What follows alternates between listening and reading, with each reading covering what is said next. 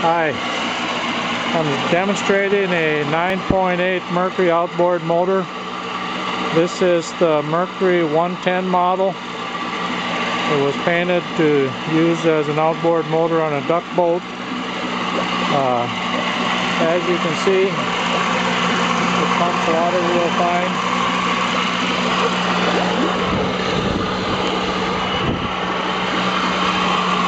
I'll shift it just forward. This is reverse. I'll throttle it up.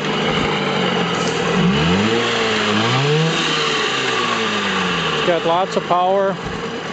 It'd be a good size for using on an outboard motor or just for fishing. Motor comes with the connector and the gas can. This is a good size motor, that's big enough, 9.8 horsepower to get you where you're going, but small enough you can idle it down and troll. Thanks for watching. I'll probably be listing this on Craigslist or eBay, maybe both.